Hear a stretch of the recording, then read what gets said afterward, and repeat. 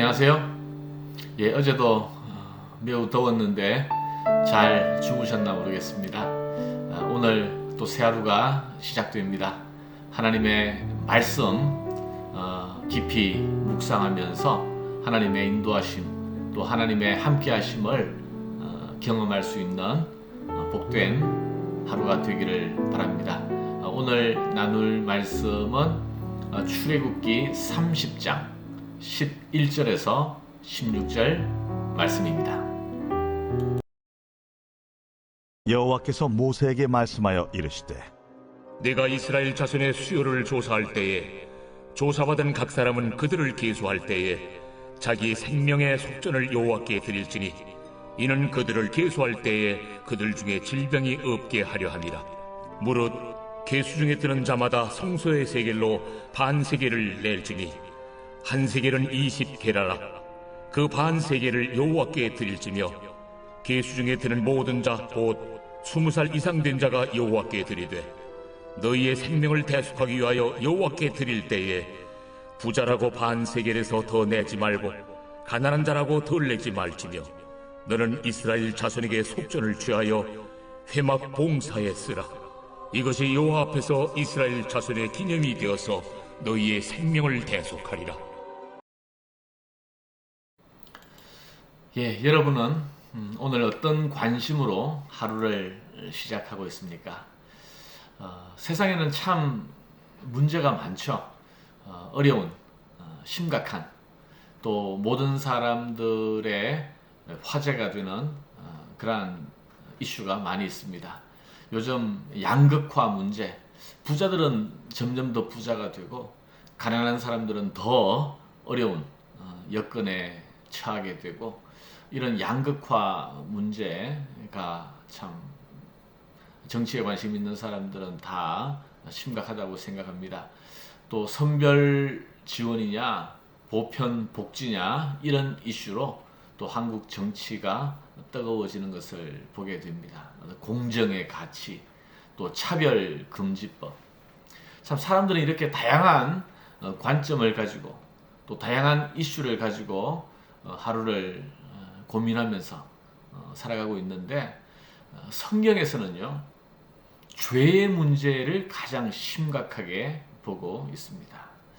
사실 우리들은 죄의 문제를 그렇게 심각하게 생각하지 않는 것 같아요. 왜냐하면 나만 죄인이 아니기 때문에 그렇죠. 모든 사람들이 다 죄를 짓고 있고 또 그런 삶을 살아가고 있기 때문에 굳이 내가 지금 죄의 문제를 심각하게 따질 여유도 또 필요도 없다고 생각합니다. 그러나 성경은 그렇지 않습니다. 성경은 처음부터 끝까지 죄의 문제를 다루고 있습니다. 왜냐하면 죄의 문제를 해결하지 않으면 우리가 하나님 앞에 설 수 없기 때문입니다. 죄의 문제를 해결하지 않으면 하나님과의 관계를 회복할 길이 없기 때문입니다.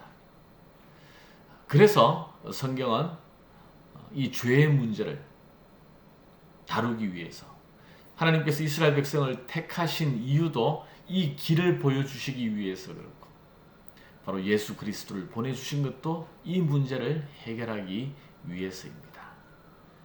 자, 그래서 지금 사실 출애굽기가 지금 30장까지 이르렀는데, 지금까지 우리가 하나님의 백성으로 하나님의 용서를 받고 살아가기 위해서 어떻게 해야 하는가? 그래서 성막을 지으라고 25장부터 성막을 지을 것에 대해서 자세히 말씀해 주셨습니다. 그리고 또 제사장을 세울 것, 또 제사장의 의복은 어떻게 해야 되며, 또 제사장으로 세움받으면 어떻게 제사를 드려야 되는지를 말씀드렸어요. 어제 매일 드릴 번제라는 제목으로 제사장이 드려야 할 제사가 어떤 것인지 말씀드렸잖아요. 하루에 2번씩 아침 저녁으로 제사를 드리는데 1년이면요 양 730마리가 희생되어야 했습니다. 밀가루가 1.6톤, 기름이 668리터, 또 포도주가 880병, 이렇게 어마어마한 많은 재물이 우리가 죄를 용서받는데 필요했다라는 거죠. 그러나 사실 이 모든 것도 한 사람의 죄를 용서하기에도 턱없이 부족한 것입니다. 아니 불가능한 것입니다. 이렇게 제사에 대해서 세밀하게 규정하는 것은 하나님께서 우리로 하여금 죄의 문제가 얼마나 심각하며 이 죄를 용서함 받는데 얼마나 큰 희생이 필요한지에 대해서 가르쳐 주시기 위해서 그렇게 말씀하신 거예요. 자, 오늘은 생명의 속전에 대해서 우리에게 말씀해 주고 있는데, 자, 한편으로 이렇게 많은, 여러분 가운데 혹시 이렇게 많은 재물이 제사장이 제사하는데 필요하다면 이 재물은 다 어디에서 났을까라고 생각하시는 분이 계실지 모르겠어요. 여러분 궁금하지 않습니까?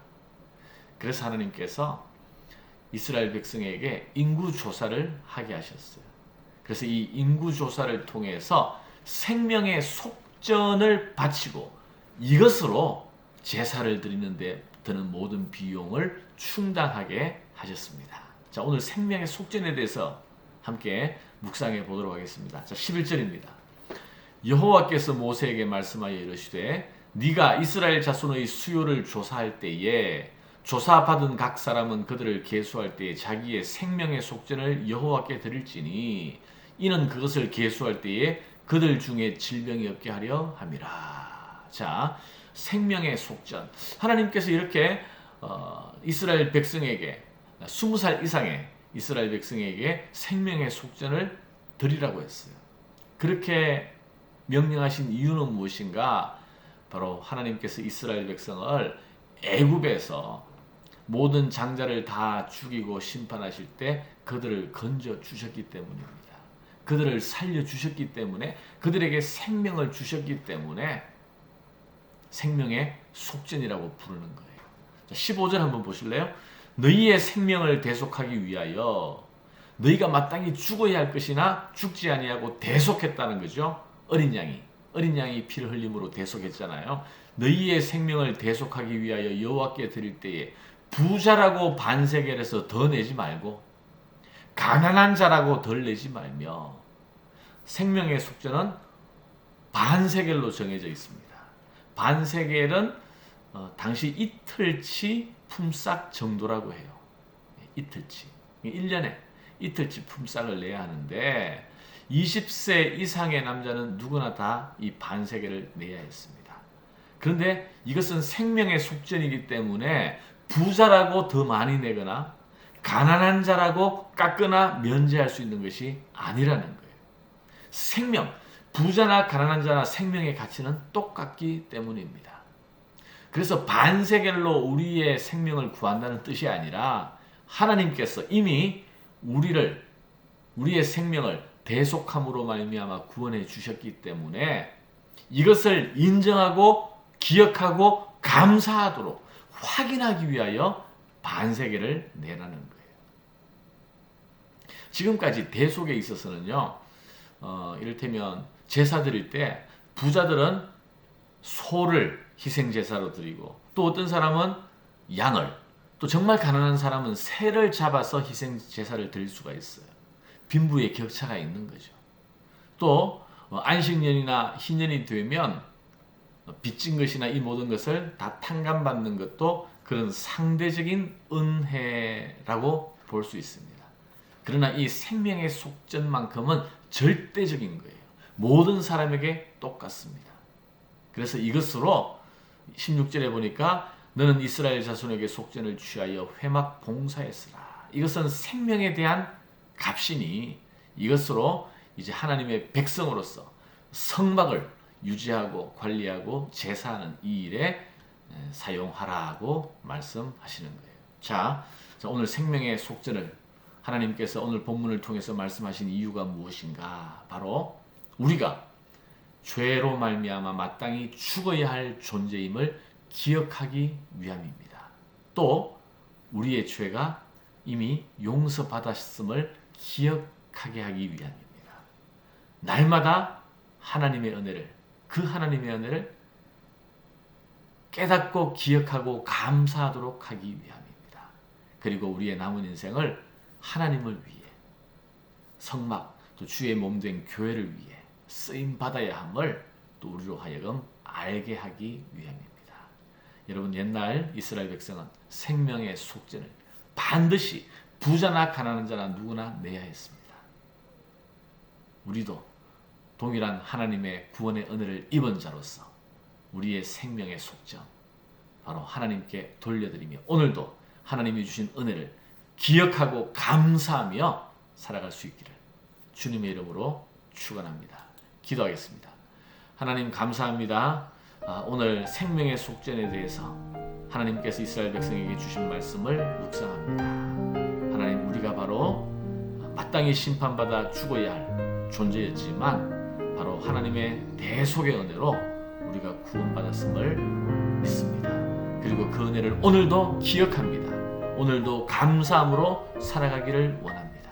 오늘도 우리의 남은 인생이 주를 위하여 드려진 인생으로 살아가기를 원합니다. 생명의 속전으로 나타나는 그 하나님의 은혜에 대한 반응이 오늘 하루의 삶 가운데서 우리에게 나타나게 하여 주옵소서. 예수님 이름으로 감사하며 기도하옵나이다. 아멘.